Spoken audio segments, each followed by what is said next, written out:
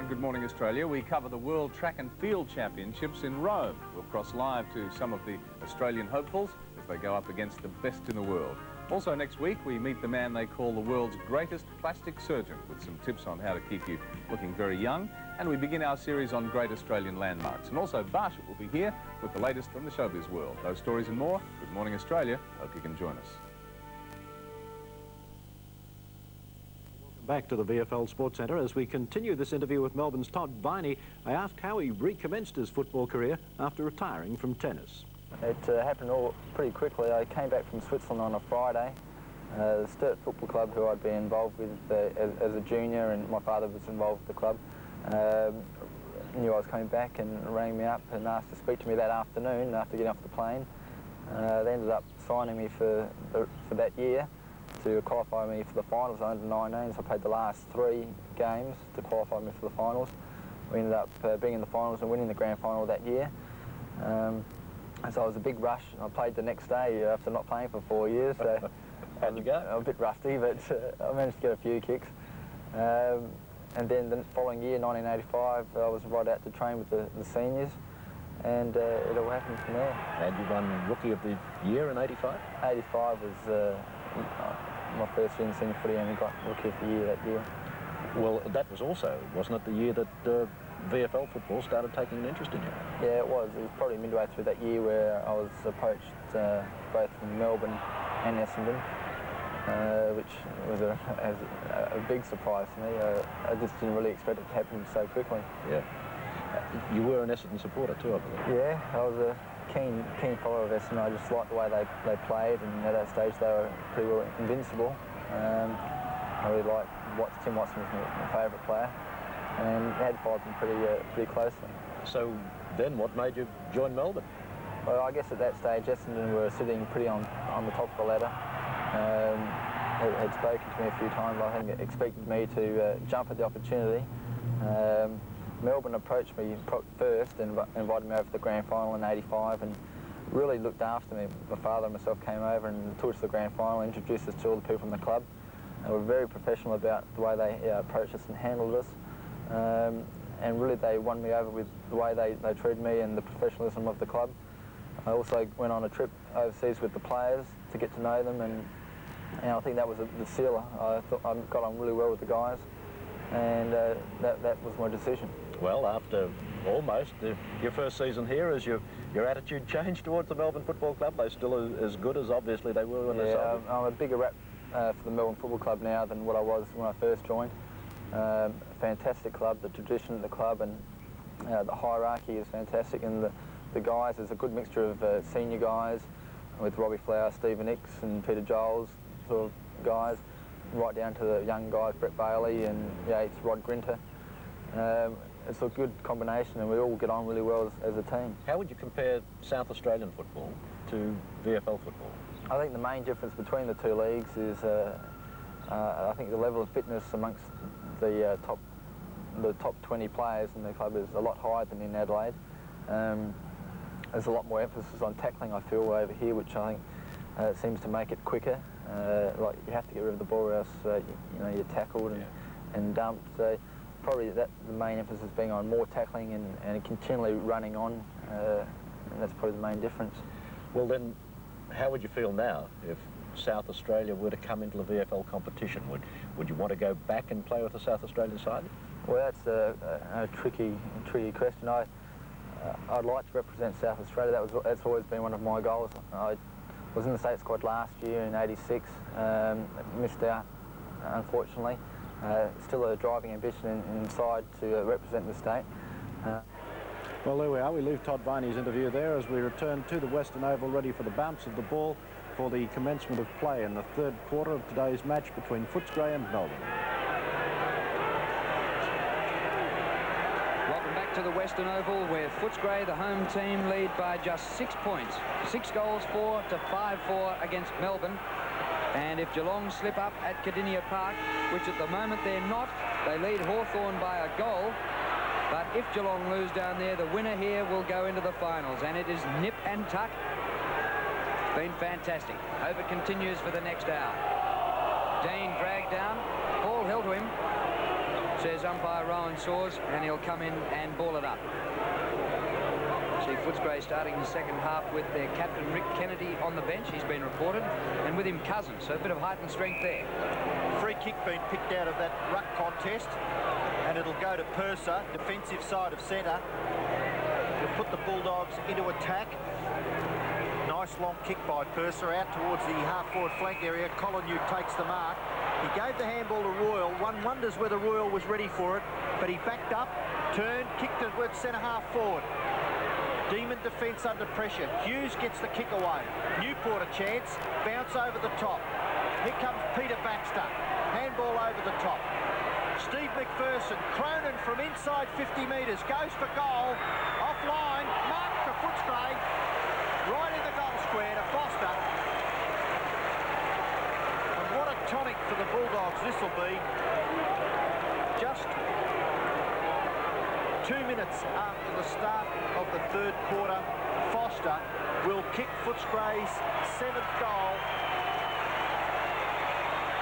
and the 2nd goal to him personally. Yes, and this is the all-important quarter, the third quarter. There's Kennedy back on the ground already, so a very quick change made by Mick Malthouse. But the third quarter we've often seen is a very important one in football. And Footscray kicks in with the side piece. They've got the opportunity now in this quarter to really go on with this game. But I just felt in that instance that Danny Hughes may have been able to do a better job and spoil Peter Foster standing in the goal square. So Darren Baxter off. He started on the bench and had a bit of a run in the second quarter. And Rick Kennedy, the Footscray skipper, back on about 2 minutes into the start of the third turn. Ball up in the middle, and Turner beats Purser, but it goes to Hawkins. He picks out Cronin with the hand pass. Inside half forward, Foster waits underneath, and the mark taken by McPherson at the back.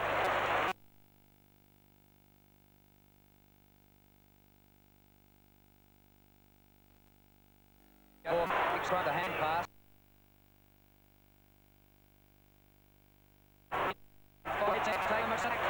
Foster, another. Footscray racing towards a victory and perhaps a place in the 5. Person. And they really started off in a great fashion in the third quarter. Blonde hair earlier in the season too, didn't he? I'm not sure, Robbo, but a very easy chest mark here to Steve McPherson. Pretty poor defence by Melbourne to let him take that mark. 18 points Footscray lead by. And a quarter is just 3 minutes old. Turner does it again. Footscray defence, rock solid. Brian Cordy. Stretched just a little bit underneath it. Wallace towards half forward. Oh, good punch away there by Lovett. Foster.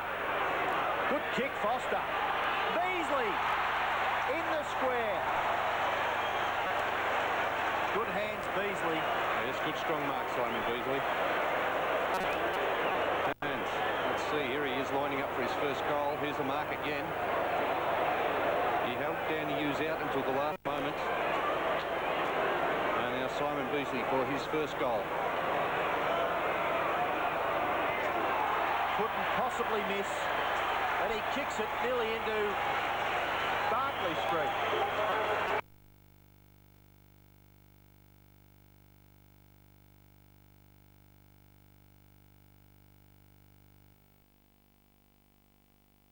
Half-time, and within 4 minutes they're 9 goals for, and they lead by 4 goals. Yes, a very good start. That's 3 goals in the first 4 minutes here at the Western Oval. And there it is. A drop mark knocked on by the Melbourne defence. Peter Foster, who is really coming into the game at the start of this third quarter, gets an awkward kick away, and Simon Beasley took a very strong mark. Footscray out of the middle again through McGuinness. McPherson can't mark, but it comes to that man Wallace, damaging again, up to Beasley. He's still not without a chance. Hughes goes to ground, comes back to Hughes, a bit fortunate. Healy, McGuinness had followed up on the 50 line, up to McPherson. No, it's Wallace again, and Wallace's shot across the face of goal, and the mark in defence taken by Lovett. and Melbourne have to withstand this storm at the moment. On to Spalding. Spalding to half-back. Mark not paid, but free kick was to Newport. And the Demons have just a little bit of slight relief. Newport's kick to the wing. Punched away by Bulldogs. Flower. Possession number 3, and he still didn't even get that. The umpire allowed it to go on when I think any ordinary footballer could have been penalised for that. Perhaps a little sympathy. Well, he was caught with the football, Bernie. Boundary throw in between wing and half forward for Footscray. Free kick being picked out of it by umpire Dorr, and it'll go back to Spalding. And Spalding to perhaps put the Demons into attack. It goes over centre wing. Turner can't mark. Peter Baxter. Good long, beautiful handball to Wallace. Wallace to Cronin. Cronin nearly smothered by Viney, but the ball goes off to half forward. Mark taken by Lovett. Lovett and McPherson having a great tussle. Off to White. White out towards centre wing. Forward there for Footscray. Just as he was about to pick it up, he got his toe to the ball and kicked it further forward for the Demons, but he recovered well, kicks it around the corner towards the wing, but unfortunately for him it goes just over the boundary line on the full, and the free kick will be taken for Melbourne by Sean White as we have a look at the anxious Footscray match committee. 4 goals the lead to Footscray. White's kick up towards half forward. Pack of players, no mark. Maloney over the ball. Kicked out by Dean. Up towards the forward pocket. Steins leads the race. Flower there as well. Flower gets it. 3rd touch for the day. And Robbie Flower bangs it through for a goal.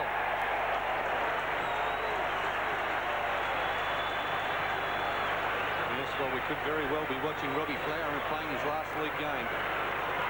And unfortunately, it hasn't been one of his better days. It's only his 3rd touch for the day. And young Eccleston, who's had on many occasions this season had to pick up the big name player in the forward division for the opposition, has done a very good job on Robert Flower, but on that occasion he made the most of it, and that's his first goal for the afternoon. What about the bounce of the ball? Gee, very fortunate. It'd make you cry if you were young Eccleston, because he hasn't put a foot wrong. Back in the centre. Healy kicks the Demons forward. Dean on to Bailey, kick it yourself, on to Flower. Flower, goal number 2 coming up. There it is, the Demons back in it. Never say die spirit. Footscray by 2 goals.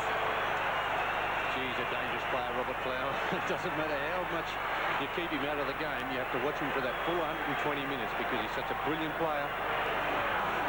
And there's a handball from Bailey. I know Robbo said to kick it himself, but I think he was just looking to bring Robert Flower into the game a little bit there. And a beautiful goal on the left foot. Gee, the spirit is great, isn't it? Oh. That's boys' own manual stuff. Robbie Flower, 2 goals in a minute. Purser kicks 60 metres out of the middle. Viney up in the air but can't mark. Through goes White, meets McPherson head on. Turner gets the hand pass away. It's desperate. Williams tripped, and there's no whistle. Oh, and he's penalised for holding the ball. It's Melbourne's free advantage. It goes to Healy, who puts it out very wide to Yates, but he's a bit lucky to get away from Ford. Things going Melbourne's way. Yates banged to full forward. Wilson couldn't take the mark. In there is Wilson again. Threads it out towards Flower, but it doesn't reach him. He applies the tackle. Having a purple patch, Robbie Flower. Flips out from Newport to Flower. Flower paddles further, but it's intercepted by Cordy. Cordy's quick kick towards half-back. Williams and White. Sean White, what a great bump on Steve McPherson just a few seconds ago. And it just typified the spirit that we've seen in this match. Half-forward flank for the Demons. They're back in it again after trailing by 4 goals only a few moments ago. Could be a free kick to Healy. It's not. Peter Baxter out. Bailey can't break clear. He's now on Wallace. Here's the ball to Steins. Steins, little chip kick. He gets it back. He's well tackled. The ball runs free. Ford overruns it. Kick off the ground by Steins. A chance for Wilson. He's well smothered. McLean, the magician, out wide. And it goes over the boundary line for a throw in, and the pressure is enormous. I think Brian Wilson's now playing at full forward. Hasn't had one of his better days either, Brian Wilson. Well, you only get one touch in a game like this, and Wilson took more than one touch. He had a big chance to kick a goal there. Umpire said that was thrown out, and it's a free kick to Footscray. Interchange. Williams, who'd been full forward in the first term, comes back on to replace Turner, who limps off. Footscray take it away through Kennedy, who'd spent time on the bench. Kick smothered off the boot. Bailey, number 24, charging at it. Dean, who's played well, threads over a good hand pass to Newport. Melbourne in the open. Yates from 55.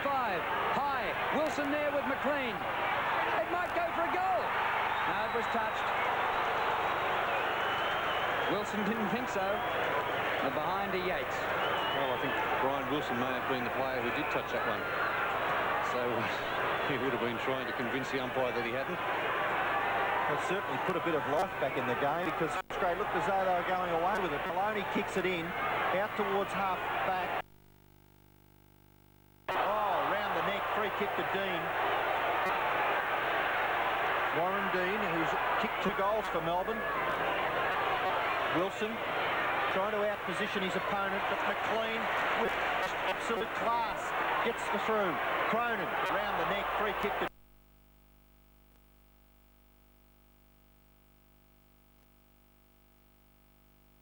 Dean, who's kicked 2 goals for Melbourne. Wilson trying to outposition his opponent, but McLean with just absolute class gets the through. Cronin under Royal. Chased by Coop. Royal gets his kick away towards the wing. Good defensive play by Lovett. And the ball will be thrown in just in front of the Footscray coach's box. 11 points the Bulldogs lead. Gee, if Turner is injured, they're going to be short a big... I think there's more Melbourne supporters here than Footscray supporters. Yeah, it's amazing. They've really come out of the woodwork today. Punch away by Steins. White, you're under pressure.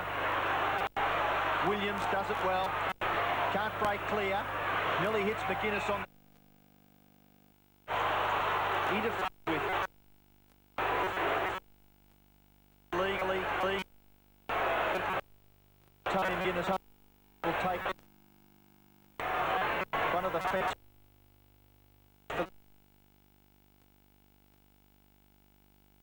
Tested talk.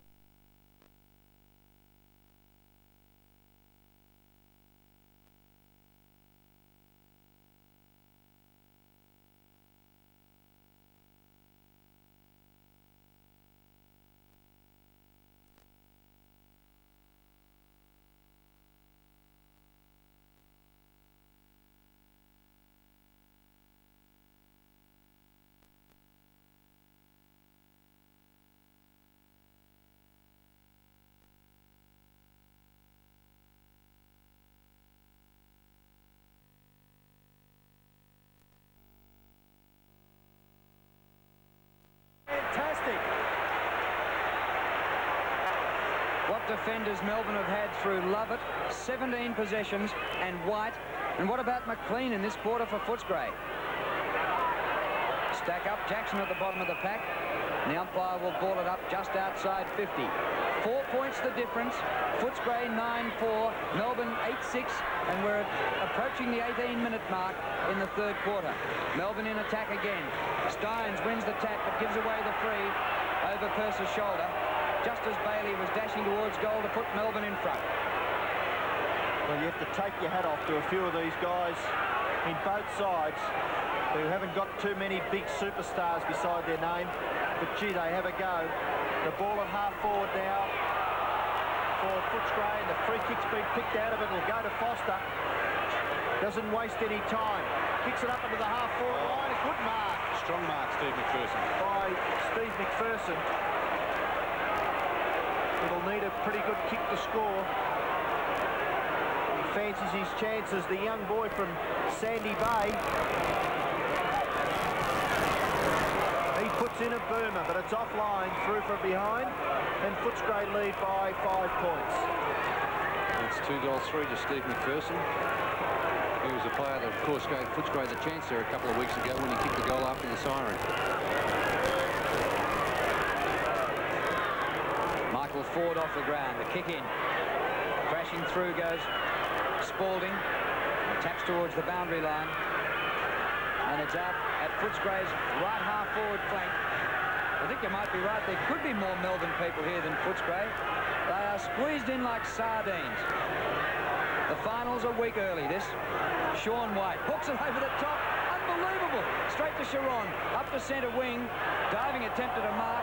Not paid. Tunnelled out by Bailey. Dean's been superb. Back from injury this week. High kick dropping a bit short. Eccleston a couple of touches and the umpire paid the mark. Gets it off to Darren Baxter. Kick towards half forward. At the back, Coop. Good strong play. Couldn't quite control it. Foster there. Healy to tidy up for the Demons. Short left foot chip. Finds Dean on centre wing. My apologies to Clarence because that's where Steve McPherson originated from. The ball at half forward for Melbourne. The mark taken by Kennedy. And Kennedy off to Maloney. Long to half forward. Thumped out by Spalding. Picked up by Royal, who kicks into the crowd. You can tell there are a lot of Melbourne supporters, but the noise of the crowd when the free kick was given away. Viney to take it. He once beat Boris Becker at tennis. I wonder if that was as red hot as this. Kennedy almost took the mark. Jackson, all Melbourne ground level. Williams, hurried kick across the ground.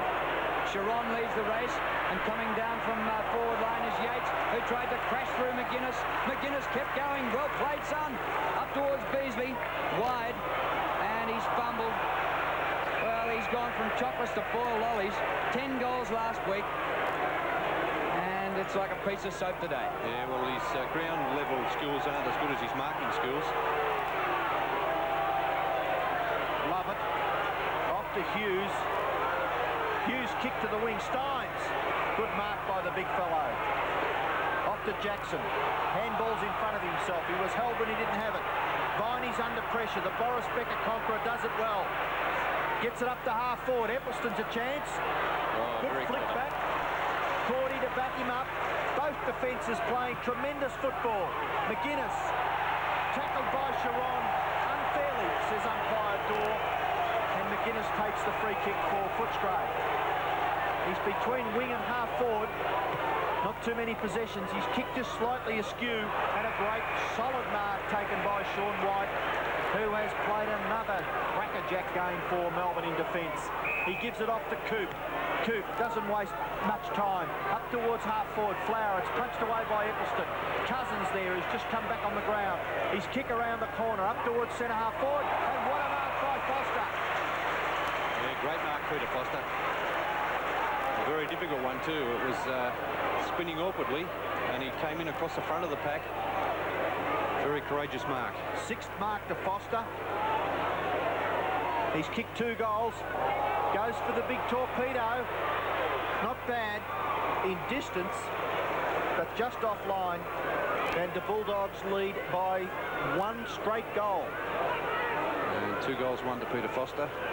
So, you know, the margin is exactly the same as it was half-time. So, 23 minutes of the best football you could ever see. Nothing's happened.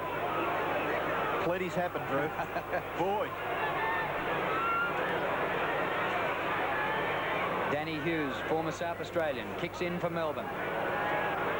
Spalding at the back. Good mark.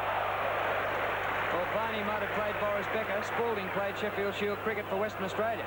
So they've got a few all-rounders in the team, the Demons. And how well did Maloney do then to come from nowhere to get that spoil in and see the ball out? Tremendous stuff. Finals fever at Western Oval 1 week before they really start. Jackson, a real chance for the Demons. He's got plenty of space in front of him. A poor kick. In short. Good defensive work by Eccleston to flip it away over the boundary line, and we'll have a throw in. Yes, that was a poor kick by Jackson in the end. He did well. He had plenty of space and plenty of time, and he kicked it straight to the Footscray player. Cousins doing the ruck work. Comes down to Cronin. He can't get the ball clear, and umpire Saws decides on a bounce. Much to the disgust of quite a few supporters who perhaps thought that, Melbourne supporters that is, that perhaps thought Cronin did really try to get it out. Steins Did well, the big fellow. Kick slightly ineffective. Kick off the ground by Kennedy with his thigh heavily strapped. The ball in the centre. Gathered by Newport. Wheels around. Kicks it to the half-forward flank. Members side. Flower. Healy off the Yates. Yates gets around Cronin. Short pass is a little bit too short for Dean. Can he? No, he can't. Baxter. Around the corner, Yates. Flower. Class. Beautiful kick by Flower. Magnificent to Bailey. Inside 50 metres. And could we see the scores level at three-quarter time? Footscray 9-6, Melbourne 8-6. Cousin had been in the hands of the trainers there, unfortunately, and could do nothing about that. Poor kick by Bailey's been marked by Kennedy. Kennedy feeds it off to Cordy. Cordy through back pocket. Kicks it long, out towards the wing area. Hawkins and Stretch. Foster recovers first. Off to Wallace. Wallace through the wing. Long handball to Colin-Uke. Colin-Uke in short. Beasley takes the mark. What a great mark. Yes, I thought it was going to be a little bit too high for him. But an excellent mark, Simon Beasley. 6 marks, Simon Beasley up on the forward line. He probably hasn't kicked as well as he could have. Only kicking 1 goal, 2, and 1 out of bounds on the full. But that's a very strong mark to Simon Beasley, and Danny Hughes always puts the full forward under extreme pressure. But Simon Beasley will be having the shot for goal from about 40 metres out. He's taking a longer run up than Michael Holding. Only on a slight angle. Let's hope he kicks this one a little bit better. He'll play on the wing for the West Indies.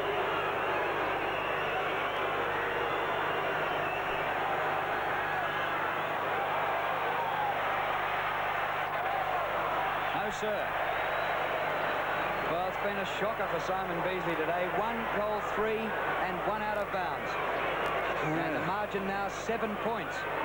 And the shame of all this is that we hear at Geelong, the Cats lead Hawthorn by 4 goals. So all this might be for nothing yet. Half-back flank for Melbourne. Tapped up the ground, but it's taken by Royal. Wallace it was. He's kicked the centre half forward, and the mark to Jim Steins. 15 metres against Shane Williams. Steins goes on with it. He's learnt the caper pretty well. To Robbie Flower. It's the first quarter he's broken away from Eccleston. Set play on. Off the Stretch quickly. Now up to Dean. Good kick by Stretch. I don't think he wastes a kick, Stephen Stretch. And Dean centres. And now Newport, just outside 50, will try to get Melbourne back within a point. Just while there's a bit of hesitation, Barassi always used to say it was the handball recipient that was a good player. What about Stretch backing up Flower? Newport's kick is good. Very close. And Maloney did well. And he's rushed that through for a behind.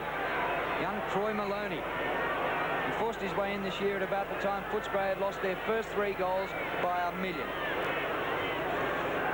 Footscray by 1 goal. Out towards half-back.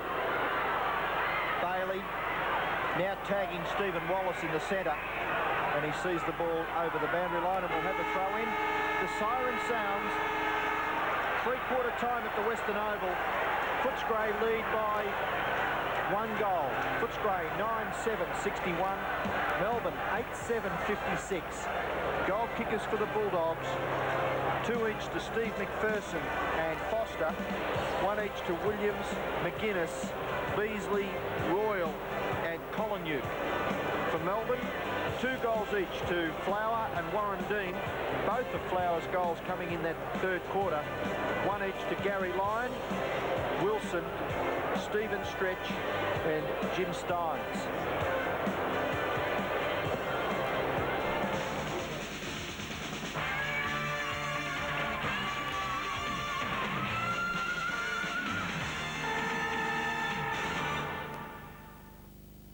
Darrell Service Station announces Super Springtime Saver. Come to Wagga's newest and biggest car wash during the month of September and have your vehicle washed for only $3. That's right, car washes for just $3 during September at Darrell Service Station in Fernley Road.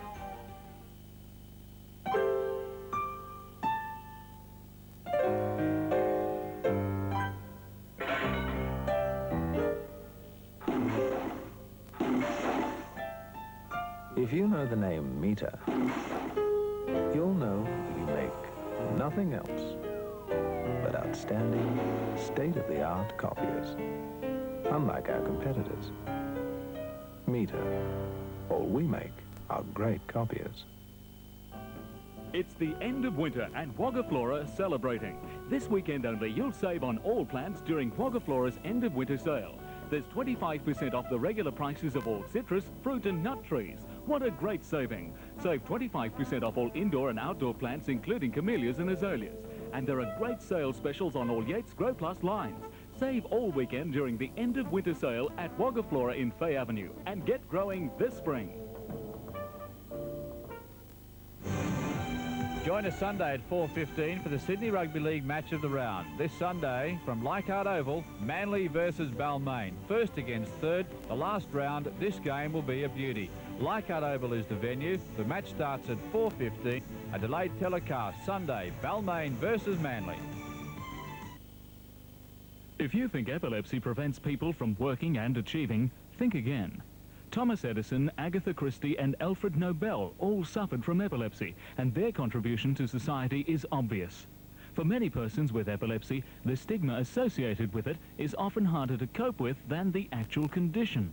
People are often misinformed and many old beliefs, fears and prejudices still prevail.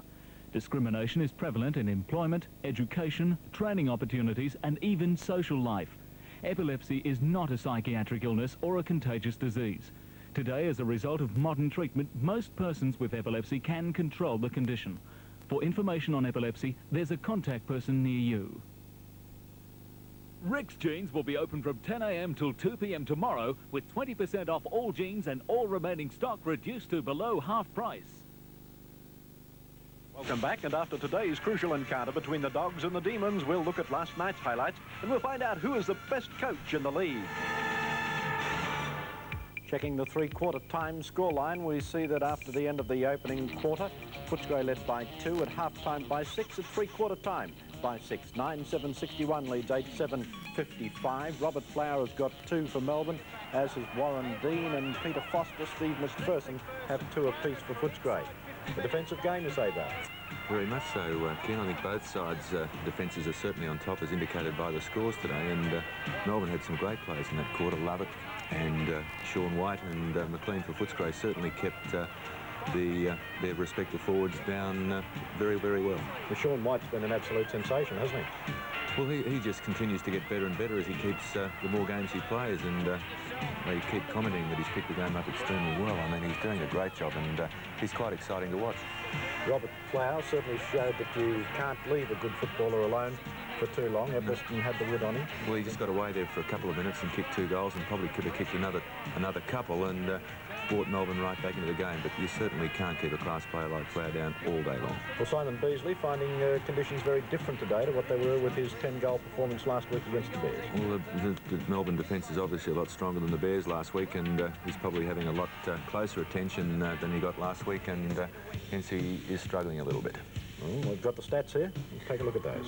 Well, the handball's still in Footscray's favour. Kicks are pretty much the same. There's not much in the game, really, and it's still a very, very tight game, and I think anybody's game if it's there for the taking, really. Well, here's the all-important scores around the ground. Geelong 93 to Hawthorn 75, and what's an interesting one, Chris Muse has kicked a couple of goals for Hawthorn from centre-half back. For Carlton, 15-8, 98 to North Melbourne 84. Sartorius 5 and Kernahan 4 for Carlton, and Fitzroy and Sydney. Fitzroy look as though they've snuck away with it. 18-11, 119 to Sydney. 11-13, 79. That's the way it is, and of course the game at the Western Oval greatly depends on the result of that Geelong-Hawthorn match. Let's take you back now to the Western Oval and our commentators for the commencement of play in this very important final term of the season 1987. Welcome back to the Western Oval, and the final quarter about to get underway. Perhaps just half an hour of the season to go for both of these teams. Perhaps for the winner, a chance for glory and to go into the finals. The stage couldn't be any better set with just one straight kick between them. Footscray 9-7, Melbourne 8-7. And supporters of both teams are revving them up. It's a din like the MCG in September. It comes down to Wallace. His hand pass is blocked. It goes to Newport. Melbourne into attack first. Williams. He's got it. David Williams in front of Kennedy. And look at Brian Wilson letting Kennedy know all about it. Yeah, well, Rick Kennedy knows he made a bad mistake. He was in the perfect position to punch it away, but thought he was probably a little bit taller than David Williams and could reach over the top and take the mark. Williams going for his first goal of the day. He's done it, and he's levelled the scores in the opening minute of the last quarter.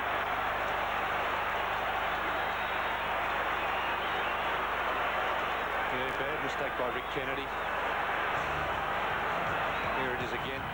Steve Wallace's handball was intercepted. Newport with a long kick into the forward line. Not an easy one to mark, this one. But there's David Williams. Rick Kennedy may have even helped him hold it in the end. You tell me who the majority of the supporters are here favouring. The Demons, the first time for ages. Hawkins tries to break clear, he can't. Steins for Melbourne. Quick kick out towards the Dougie Hawkins wing. Sean White tries the big thump again. It goes towards half forward, over the boundary line, and we'll have a throw in right in front of those navy blue and red fans. The Demons, they've come all the way out here to watch their team make the 5. Can they do it? Well, they might win. Steins out towards half forward. Maloney tries to break clear. Fairly tackled, I thought, by Greg Healy. Unfairly, according to umpire Saws. And Troy Maloney will take the free kick for Footscray at half back. And not only that, a 15-metre penalty. That's about the 50th for the afternoon. There's been plenty of those dished out. Well, it could still finish in a bit of an anti-climax. Geelong leading Hawthorn down at Kardinia Park. The battle here, Footscray and Melbourne up towards the half forward. And what a mark taken by Steins. It just looks so simple. We give all the plaudits to Sean White, but this guy's played a sensational game this afternoon. Out towards the wing. Maloney can't mark. Jackson and Dean there for Melbourne. McGuinness. Good tackle from behind by Jackson. Forces McGuinness to kick it over the boundary line on the full. And the free kick will go to Melbourne. Stevens stretch in front of all those Melbourne supporters there. Long to half forward. Kennedy thumps away this time successfully. Hawkins underneath it. Hurriedly by Eccleston. High to the wing. I'm glad that's you and not me waiting for that. And the ball goes out of bounds. Yeah, all of a sudden it's been Footscray the side now that are under pressure. They started off brilliantly in the second half with 3 goals in 4 minutes, but since then Melbourne's turned the game right around. Purser and Steins.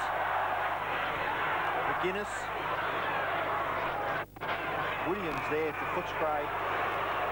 Boundary line looms up. I think there's a bit of a tactic going on here. The scoreboard should be putting up 3/4 time scores, and they haven't put Geelong's score up because they know they're in front. They're not going to let this 30,000 crowd see it. Or the players, for that matter. Well spoken. Umpire Dorr. Well, there's a look at a lot of the interested fans in the background. Melbourne supporters in the outer. Good punch away. Williams there for Footscray. But, well, what will a draw do? Nothing. Both sides need to win. Footscray have led at every change, but the scores are level right at this moment. Coop round the corner for Melbourne. Good distance with that standing start kick. Jackson will take a free, or should have. No whistle. It comes to Darren Baxter. His kick back to centre wing.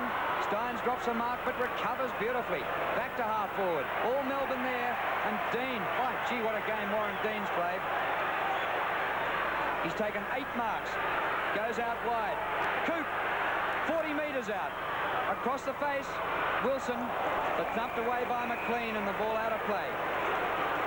It's a good score by McLean because Brian Wilson looked in good position to take that mark. Played a fair game, that guy, too. 51 for Footscray. In the forward pocket for Melbourne. Purser gets the tap out. Goes to McGuinness. Nearly tackled, but he gets his kick away towards the wing. Footscray outnumbered, but Peter Baxter bounces. The bounce favours him. Second bounce. Spalding gaining ground. He gets the handball away. Down goes Williams. certainly could be reported. Has to be. The umpire's reaching for the book. Williams out cold. Has not moved. Well, let's hope he's all right. That was a bad tackle. Here it is now. Oh. Well, he should be okay, surely. That was just a bit of an open-hander. Yes. By the look of the replay. Must have hit him just in the wrong place, right on the point of the jaw. Well, he has not moved. He's right out to it. Spalding's been reported. And Shane Williams won't remember much about the afternoon. Well, I hate to say this, but this is the second time we've seen the stretcher today. Gary Lyon was carried off 4 minutes after the start with a broken leg.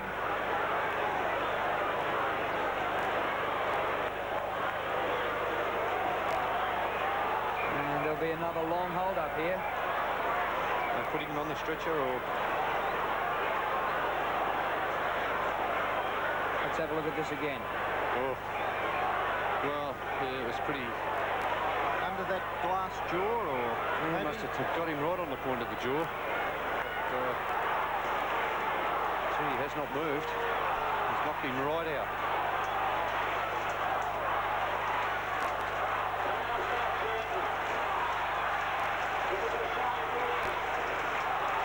So Shane Williams being carried off. And just by the way, what a great game he's played.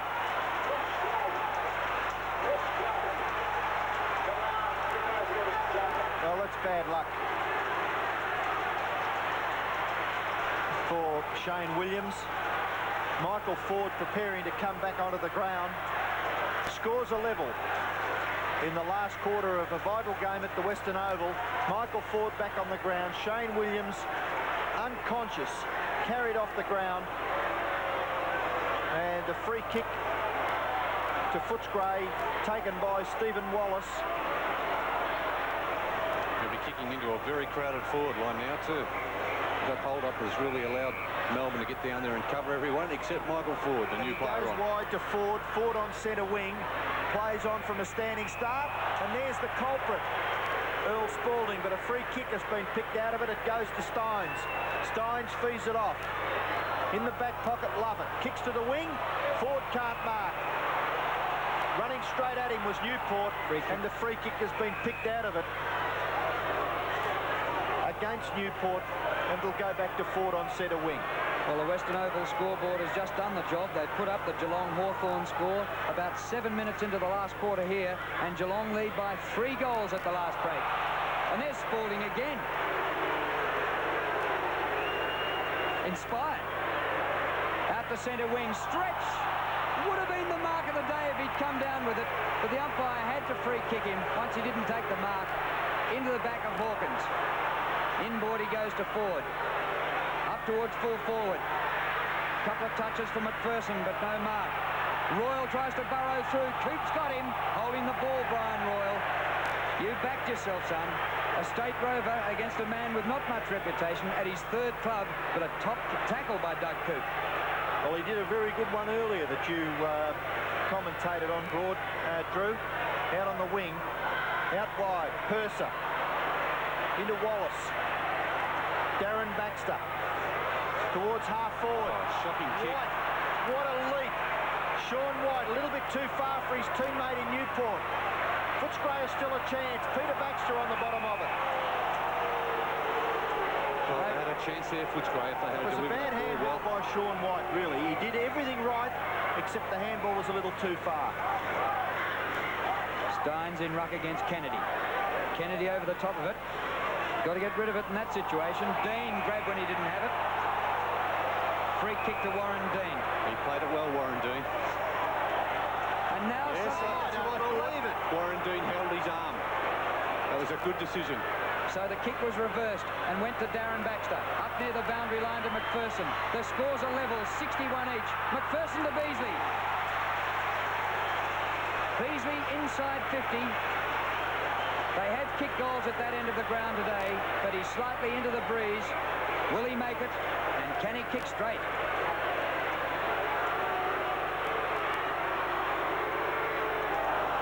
He's done neither.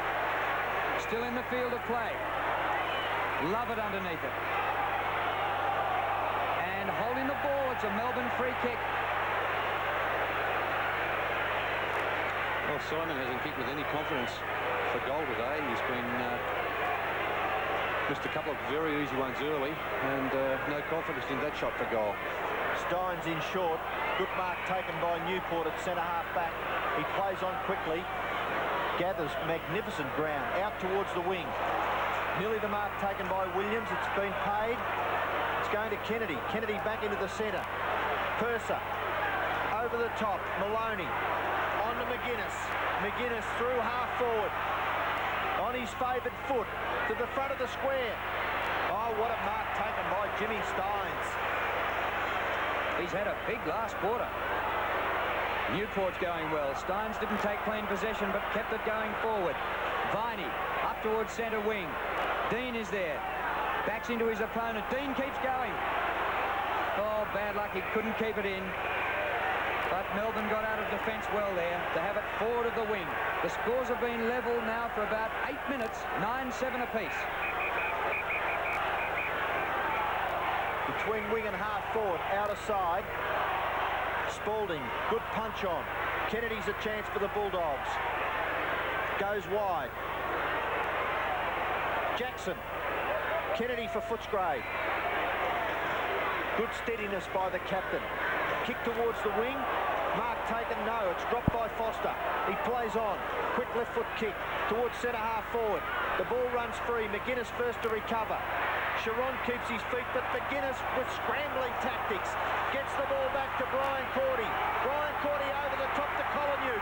Collinwood into an open goal, and put down your glasses. Footscray by 6 points. Oh, what a game. Collinwood. Second goal for the afternoon. There's a handball across over the top from Cordy. Collinwood with no one anywhere near him. Plenty of time to run into the open goal. And he steered that one through from about 25 to 30 metres out to give Footscray a 6-point advantage at the 12-minute mark.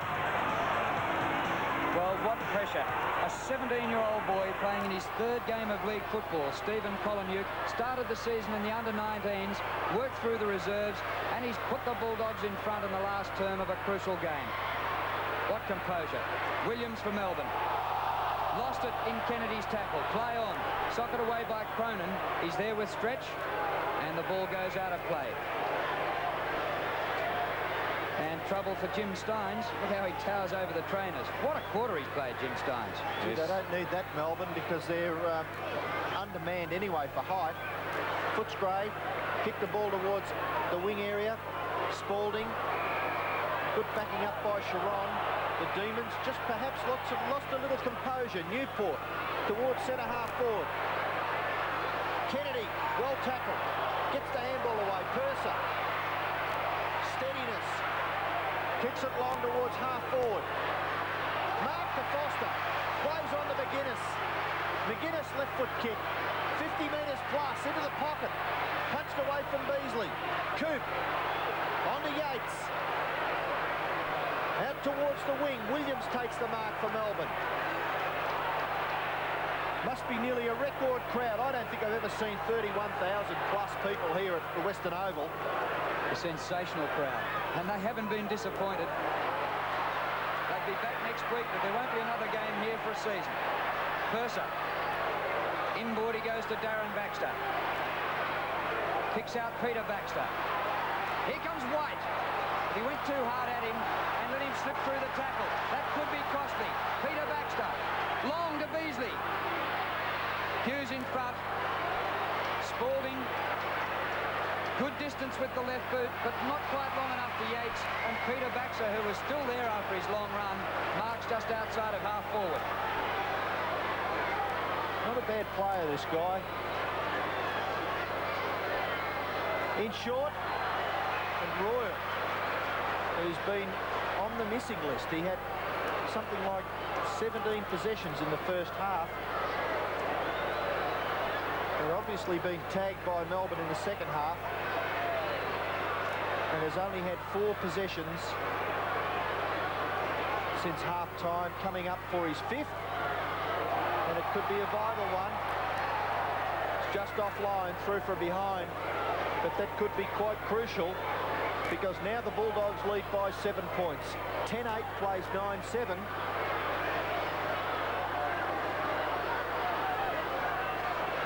In this quarter, Footscray 1 goal 1 to Melbourne 1 straight goal. Yates, what a mark. Big mark by Yates. Out to the wing, it's all Melbourne. Stretch, who can run like a gazelle and deliver the ball beautifully. Goes long, not without a chance of scoring. Flower! Robbie Flower. How was that? Game 271, hardly sighted in the first half. 2 goals in a minute in the third quarter, and another one here would get Melbourne back to within a point. What a champion. And if Melbourne can win it and Geelong lose today, Robbie Flower will play his first ever finals game next week in a career which has lasted 15 years. From one champion to another. Oh, well, look at the mark. Stretch. Great play by Stephen Stretch. He delivers the ball perfectly into the forward line. And Robert Flower, even though he's been held all day, takes a screamer in the forward line. That's 3 goals to Robbie Flower, the leading goal scorer from Melbourne. See, Barbie Horn would be having a few problems now, wouldn't she, Drew? Bit of excitement. Up towards the Melbourne goal. Here's Purser. Maloney. Towards centre-half forward. Royal. Looking for Beasley. Too high. At the back, Lovett, who's played a great game in defence. Perfect short pass to Coop at half-back. And the Demons just regain a little composure. Centre wing. Steins and Purser. And Purser thumps away. It's a point the difference, and we're at the 17-minute mark in the last quarter. Who cares whether Geelong are winning at Cardinia Park? This has been one of the best days' entertainment you could ever see. Hand pass out wide to Darren Baxter. Has been benched a couple of times. A little bit disappointing. The ball goes out of play.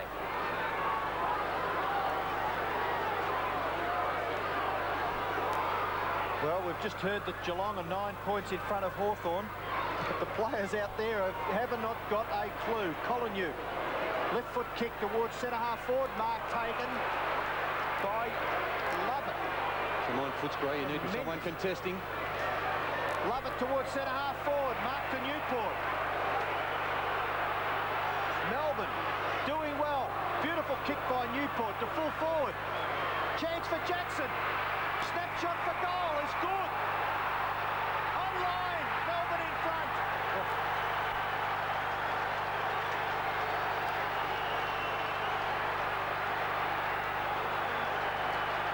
What a game. It's excitement plus out here at the Western Oval. Ricky Jackson's first goal for the afternoon. And what an important one, because it put Melbourne in front. Here it is. Great snap from 40 metres out. Melbourne, 5 points in front.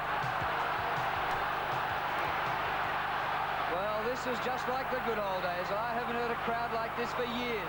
Melbourne out of the middle again. Stretch long off the left foot. Williams there. Wilson over the top. Through goes Flower, but socket away. And Eccleston sees the ball out. And we'll have a throw in at half forward for Melbourne. The Demons lead by 5 points, 73 to 68. The crowd will stay till midnight, I reckon, to lap up this atmosphere. Newport pulled off his kick. Wallace the hand pass away. It goes to Ford, out to centre wing, Yates. No mark paid. Peter Baxter.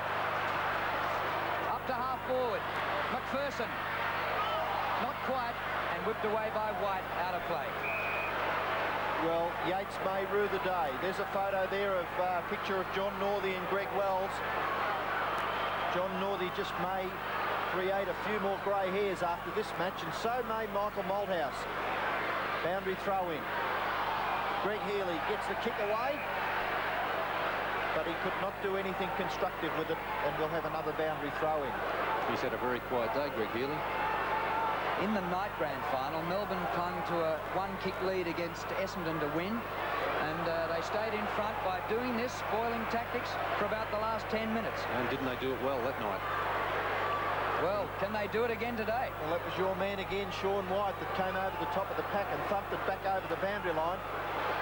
Melbourne by 5 points. There he is again, and he's gained another 15 precious metres.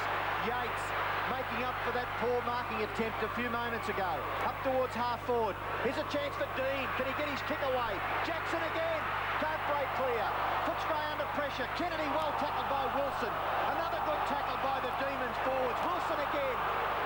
But it's against him this time. It's too high. The free kick will be taken by Footscray, and it'll go to Darren Baxter, and he feeds it off to McLean. There's plenty of space on the outer wing for Footscray.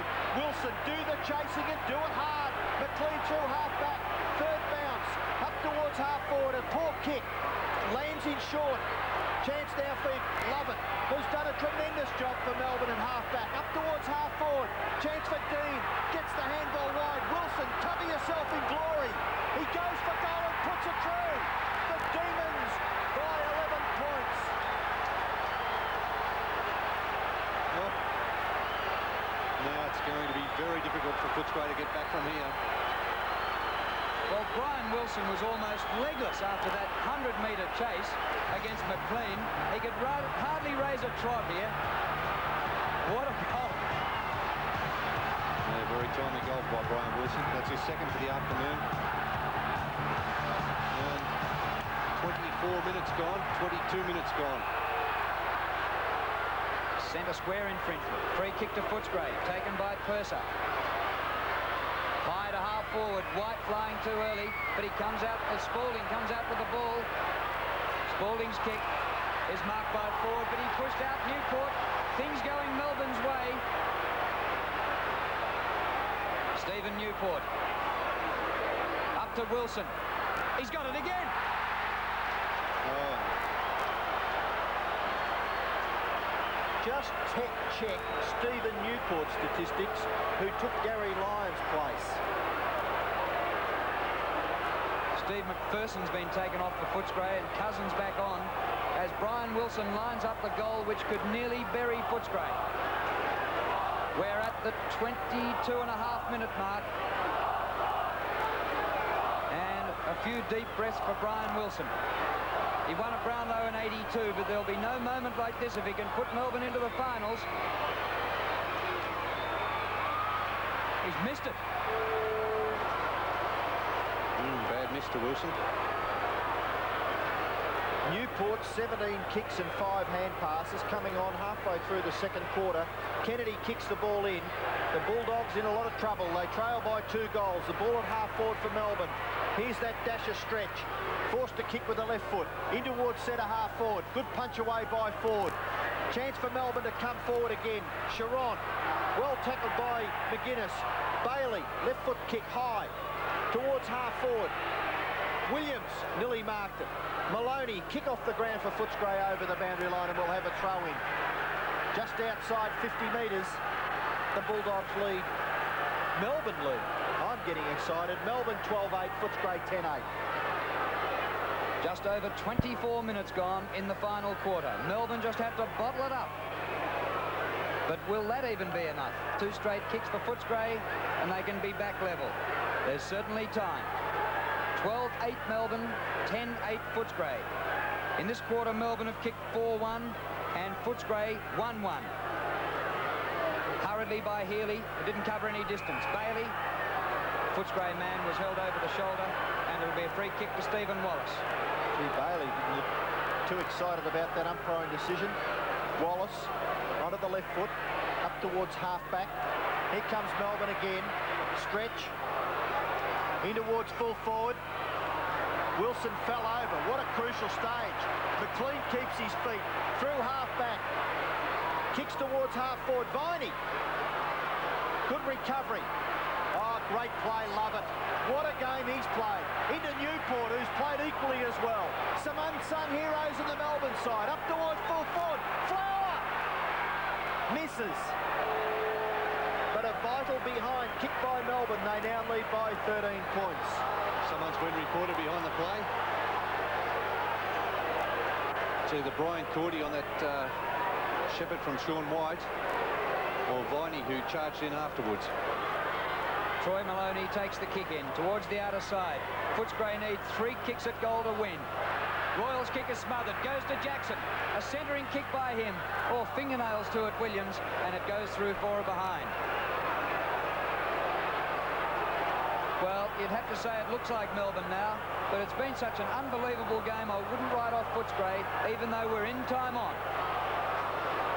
Kennedy goes straight up the field. Footscray need to make a break. Melbourne on the bottom of the pack, rewarded with a free kick. It's Dean, and he kicks the ball a mile. Geelong, we hear, lead by 3 points. 18 kicks for Dean, and a bad tackle by Tony McGuinness. Baxter there, but I feel McGuinness the infringer, and Dean to put the first nail in the Footscray coffin. Beautiful kick by Dean, floats across the face, through for a behind, and Melbourne lead by 15 points. 12-11 plays 10-8. Yes, it's all over, I'm afraid, the season for Footscray. Kennedy kicks in, looking for Doug Hawkins. Spoiled by Stretch. At the front, Newport gets out another hand pass to Yates. Just short of the goal square. Wilson in there again, no mark.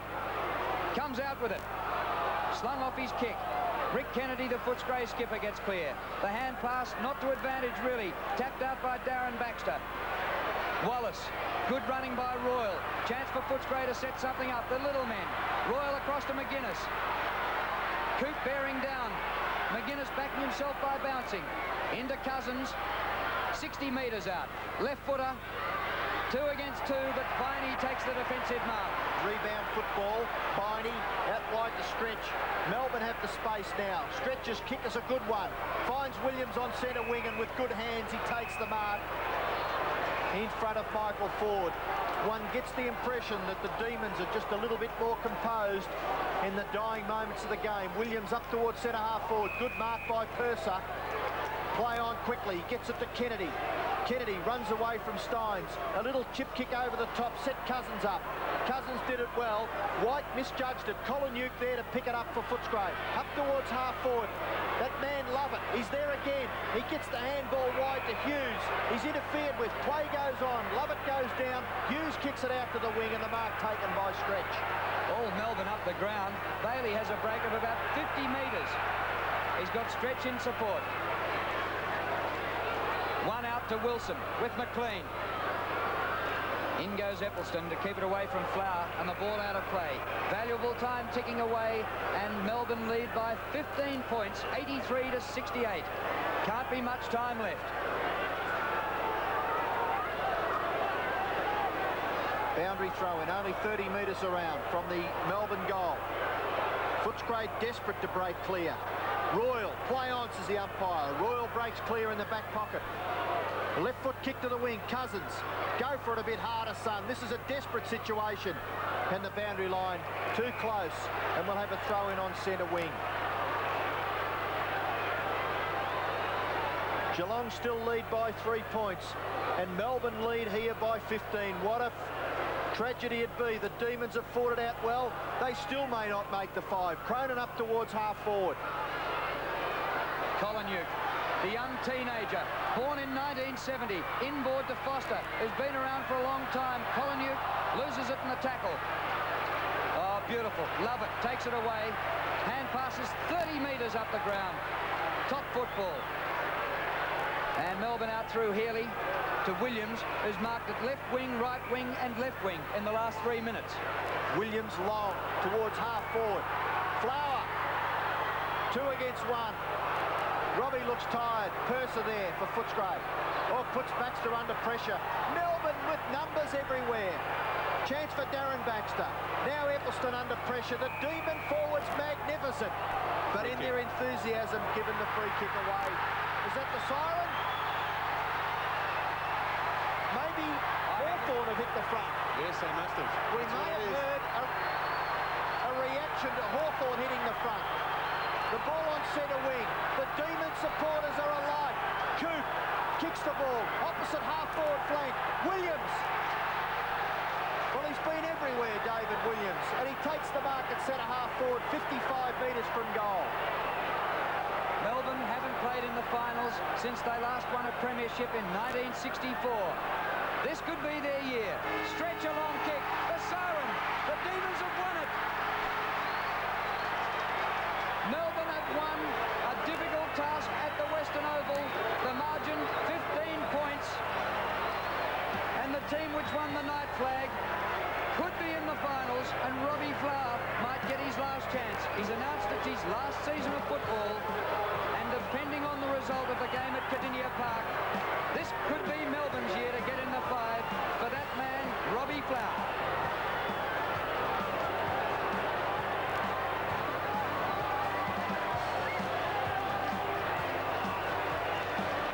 What a great game of football. Look at the jubilation on the faces, young and old, in the Demons camp.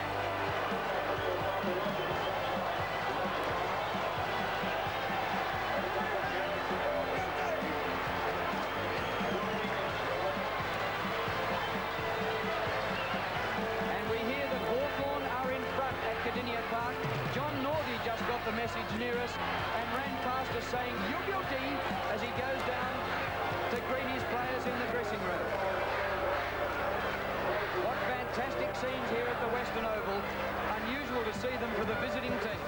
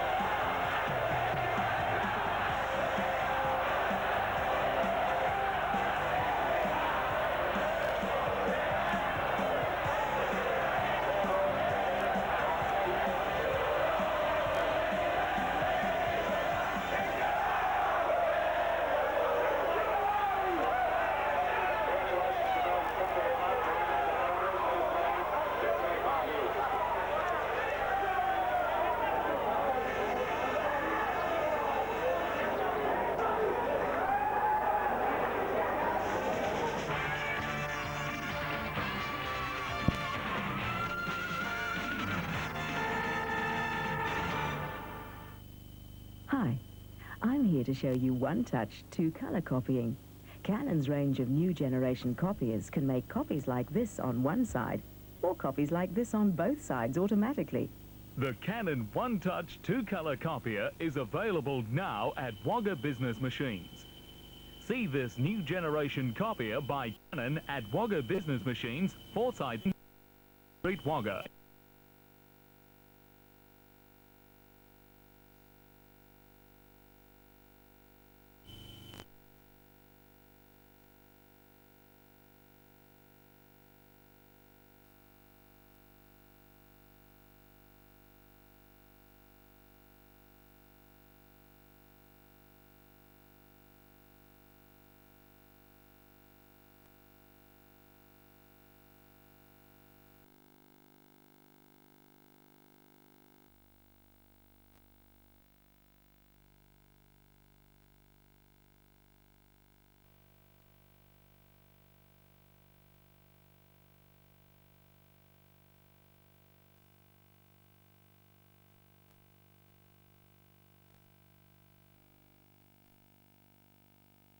Easy to say that when you look at the season in respect, and a lot of sides could probably say if they didn't win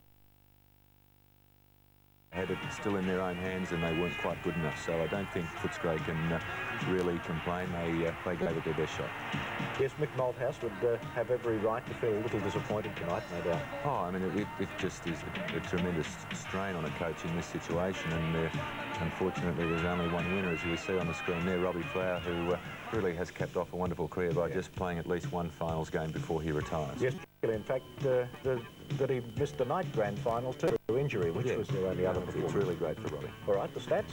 Well, I mean, Melbourne won. What can you say about the stats? They're probably irrelevant now, but still surprisingly, the difference in the number of handballs there, 104 to 79. But I think Melbourne just fought it out all the way, and as I said, the stats are pretty irrelevant after the game. Yep, and the only statistic that really counts is a 15-point margin in favour of Melbourne. Last night at the MCG, Richmond and Brisbane did battle for the wooden spoon. We'll check on the highlights, plus scores from other grounds when we return to the VFL Match of the Day. This time. When you've broken more than your handicap, remember O for O'Brien for fast glass replacement.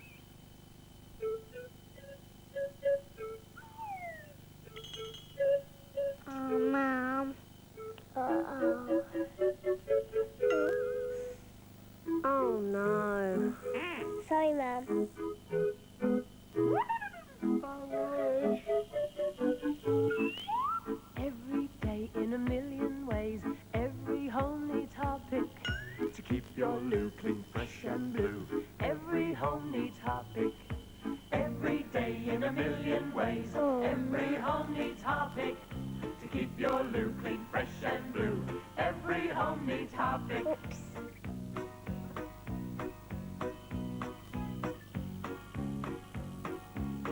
Oh, no. Every day in a million ways, every home needs Harpic to keep your loo clean, fresh and blue. Every home needs Harpic. The biggest event of Australia's bicentennial will be the $600 million World Expo 88 in Brisbane. For 6 stunning months, you'll be able to experience the world's best ideas, inventions, entertainment. Together we'll show the world. So plan now to have your once-in-a-lifetime holiday in Queensland and discover, explore and experience World Expo 88. Special holiday packages to the Gold and Sunshine Coasts are available through your travel agent. Enjoy the sun, enjoy the world, anytime from April 30 to October 30 next year. Together we'll show the world. Tickets are on sale now. Buy now and save. 3-day passes, $40 adults, $26 children and pensioners.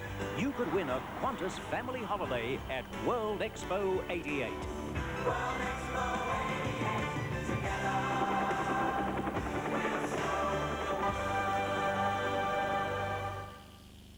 RBN AMV Regional News, keeping you informed with news from throughout the region. See the latest news, meet people in the news and developments in your district. RBN AMV's comprehensive coverage of local events, sports and weather. The 7-day-a-week regional news, weeknights at 6:30 and weekends at 10 to 6 on the Prime Network. Welcome back to the VFL Sports Centre. Well, here they are, the scores of the day. Footscray 10-8-68 going down to Melbourne by 15 points, 12-11-83. Geelong 17-21-123 to Hawthorn 19-12-126. Inaccurate kicking keeping Geelong out of the 5. For them, Michael Turner kicked 4 goals. Jason Dunstall kicked 4 for Hawthorn.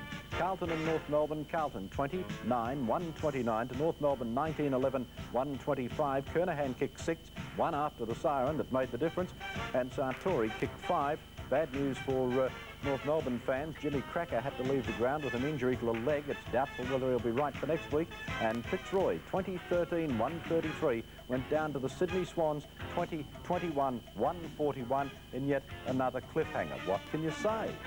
There's not much you can say, is there? I mean, if that doesn't bring crowds back to the football, nothing will, and it's really great to see the season finish on such a high note, and I think the final series are going to be pretty good. Tremendous, I'm sure. Well, the final series got a little bit closer after last night's game at the MCG, in which the wooden spoon, that unwanted trophy for the bottom of the ladder, was decided in a match between the Bears and dear old Richmond. And it was a great game of footy. Let's take a look at some of the highlights. Sun Richmond did battle with Brisbane under the lights of the MCG last night, and at stake was football's most unwanted prize, the wooden spoon. And the way Richmond started, they seemed pretty determined not to claim it. Brad Hardy was in brilliant form, booting 7 goals for the night. Picked up by Judge, ran into trouble. Brad Hardy now, left foot snap for goal, and he hooked it, but he still kept it in play. Dale Wakeman was also in top form, but took a heavy knock early in the match and took no further part in the proceedings. Wakeman looking sensational. One bounce, 30 metres out. What a great goal! It was a night for the high flyers. Watch for Michael Mitchell. Eustace from centre wing up towards half forward. Mitchell flying early and very high. I think he'd make the distance from... Cameron O'Brien thought that looked pretty spectacular and decided to give it a try. Mark Micken looking for the climb, getting a big climb, but he couldn't come down with it. O'Brien comes in short. The third quarter had only just started when the match got decidedly fiery as Darren Carlson copped one from Big Mark Lee. From Palm. Knotting for the Tigers. Oh, Lee has decked Carlson. I think the book's coming out for Mark Lee, and it's on. And they're coming from all over the ground. There'll be 36 involved here in a minute. The only way to answer a whack like that, thought Carlson, is with a goal like this. Out to Carlson. Carlson very quickly. He picked up 26 kicks last night. And the Brisbane Bears have answered the best way. Brisbane took control of the match as the Tigers got their goals the hard way. The flight of the ball, but recovers it. Scoops it up. Lost it once again. In comes McKellar. Nixon to help him. Nixon fights for it. Breaks away. Steadies and smothered again. Back it comes to Egan. Egan kicks it and kicks it straight. His comeback up being... Michael Mitchell marks in front, so David O'Keefe tries a World Championship wrestling bear hug. Good Mark Mitchell. Steadies and gives it... Former Tiger Jeff Raines copped his fair share of attention, but was one of Brisbane's best. And it's a magnificent kick. It's an absolutely super kick, and he's put it through. Here comes Rio. Now watch for this amazing goal by Ken Judge. Judge has got the chance with the left foot and dribbles it through. Richmond coach Tony Jewell just couldn't believe it. Know where he is going. Brendan Bauer pops one through for the Tigers, but it wasn't enough to stop Brisbane running away with a 56-point victory. Nor could it stop Richmond from picking up the wooden spoon for season 87. Well done, Mitchell. It did bounce through. And after that game last night, we spoke with an emotional Tony Jewell. Well, Tony Jewell, there's still a lot of Richmond people here and still singing the club song, so there's a bit of pride here, but obviously everybody most disappointed with finishing 14th. A bit of pride amongst the supporters. There wasn't too much amongst the players, unfortunately. It's a shame, I suppose, in some way the supporters didn't take it harder, but as you know, it's... I was just disappointed with them as much as anyone else, you know, to have to see their side finish last, but that's the way it was. People have kept saying all season that on paper you look so much of a better team. Yeah. So why aren't you? Yeah.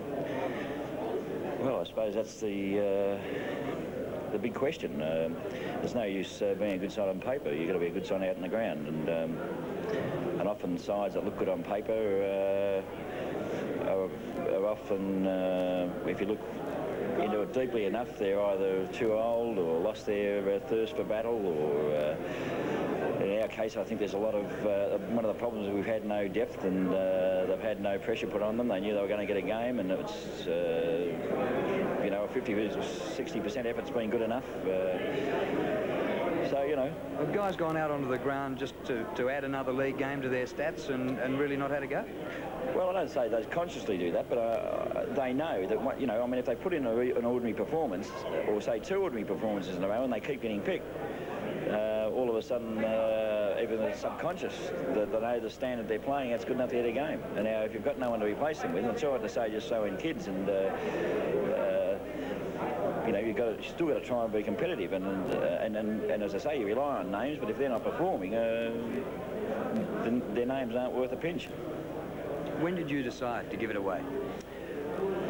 Well, around about, well, I suppose 5 or 6 weeks ago at the Sydney Swans, just before the Sydney Swans game, I had a private chat with a couple of the board members, and as I knew it was going to be difficult for them to reappoint me, and I wasn't sure myself that I really wanted to continue. I mean, I just keep losing, to be a coach of losing sides, no great way to spend your life, I can give you the drum, and just casually, I'd mentioned that I'd always been interested in administration. It wasn't, and they came back to me and said, well, you know, we'd be interested if you'd like to continue to take that sort of role. So that's sort of how it came about. So you'll still be involved in recruiting? recruiting? Oh, yeah. Recruiting and administration, and you know, and hopefully we can get some, well, we can get better players. When did you tell the players? I haven't told the players. I haven't told them at all. Did you actually inform the club today officially, did you? No, really a couple of weeks ago that it was decided that I wouldn't continue, but we haven't said anything. Obviously, you don't want the players knowing those sort of things. So that's the end of your second stint here. It couldn't be more contrasting. A premiership the first time, and a wooden spoon the second time. Yeah, I think I prefer the first time somehow. It's not a very nice taste. Still, you know, you've got to cop the good with the bad, and that's the way it goes. Well, what's the future for the club? Well, I mean, again, we've just got to try and recruit. I think there's a basis there for a good side. You know, hopefully the next coach will be able to get a bit extra out of some of the so-called name players, and at least we've blooded some young fellas. There's a lot of young blokes been blooded in the last 2 years, and you know, with 2 years under their belt, they could take the step to be better players. So, and if we can get some recruit well over summer and get a bit of depth, you know, all's not lost, and we can't go any worse. Well, Tony Jewell, one of the VFL coaches and one that resigned last night. When it comes to football, I suppose there's no expert like the man in the street, so in an effort to find who might be considered the best coach in the VFL, we took the Sports Centre camera into the streets of Melbourne to come up with the answer. The one that coaches Swans. Tommy Hafey. Well, I don't barrack for him, but I think Sheedy. Alan Jeans. Jeans. Alan Jeans? Why is that? Well, I think he has a lot of confidence. I don't vote for Hawthorn, but he doesn't move his players around that much. He gives them a bit of a go, you know, and he's got a pretty talented side, which makes it pretty easy for him, but, you know, I think he is the best, you know, honestly. I only know the one coach. I only know the guy from the Swans. That's the all short, right. Tom I don't even know his name. Lee Matthews is doing a tremendous job with Collingwood. Hawthorn's coach. That's Alan Jeans. That's correct. At the moment, I'd say Darryl Baldock would probably be, you know, one of the leading coaches. Alan Jeans has probably been the best coach, though I follow Carlton. Robert Wall's not too bad, though. Robert Walls is not too bad, though, but I think probably Alan Jeans has got to be considered a pretty good coach. But then again, that fella from St Kilda hasn't done a bad job this year either, has he? A bloke named Baldock. All right, let's take a look now at what's happening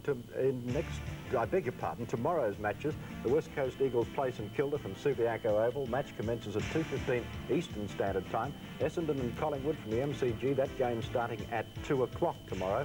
The ladder is now like this: Carlton, Hawthorn, Sydney, North Melbourne and Melbourne. That's the final five for this season. Then Geelong, Footscray, West Coast, Essendon and St Kilda all to play tomorrow. Fitzroy, Brisbane and Collingwood to play tomorrow. And of course Richmond at the bottom of the table. Now it's still to be ratified by the VFL, but the matches that we can expect to see in the first round of the finals to next Saturday will be the qualifying final. That should be Hawthorn and Sydney, and the elimination final to be played on Sunday should be North Melbourne and Melbourne, but that's yet to be ratified. Barry, thanks for being with us, and an exciting afternoon of footy. It's good to have your company. Look forward to seeing you soon. Look forward to seeing you soon too. Bye for now.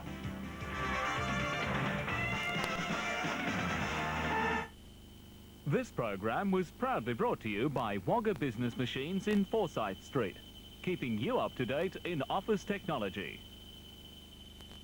Screen great Katharine Hepburn. She's made many tough decisions in her career, but none as final as this. If I have become